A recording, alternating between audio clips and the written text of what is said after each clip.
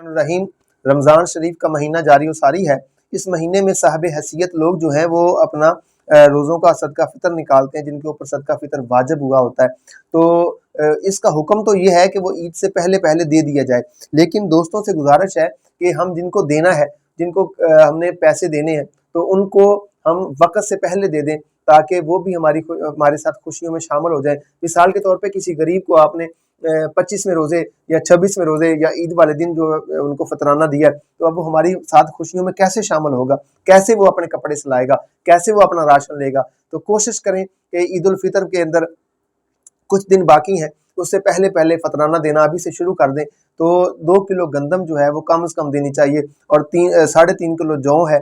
जो साहिब हैसियत लोग हैं, जो ज़्यादा स्ट्रॉन्ग हैं, वो 3.5 किलो जौ दें, 3.5 किलो किशमिश या 3.5 किलो खजूर दें, या उसके बराबर कीमत उनको दें, ताकि गरीब जो है हमारे साथ जो है वो खुशियों में शामिल हो सकें। क्योंकि बर वक़्त चीज़ दी जाए तो फिर लोग जो हैं वो अपना राशन खरीद लेंगे, रोज़े अच्छे गुजरेंगे, वो अपने बच्चों को कपड़े लेके दे देंगे, अपना गुज़र बसर कर लेंगे। लेकिन जब हम वक़्त के ऊपर देते हैं तो फिर बहुत सारे लोग जो वो पीछे रह जाते हैं बेचारे।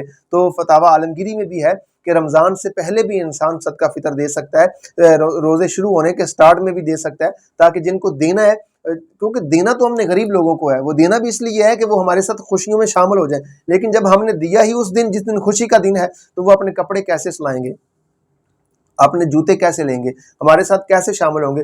हो सकता है कि कुसम पुरसी में उन्होंने कैसे रोज़े रखे हैं, लेकिन जब हम अपना फ़ितराना जो है वक़्त पे देंगे, वक़्त से पहले दे देंगे, तो फिर वो हमारे साथ खुशियों में शामिल हो जाएंगे। मालिक की बारगाह में दुआ करते हैं, अल्लाह हमें अमल की तौफ़ीक अता फरमाए।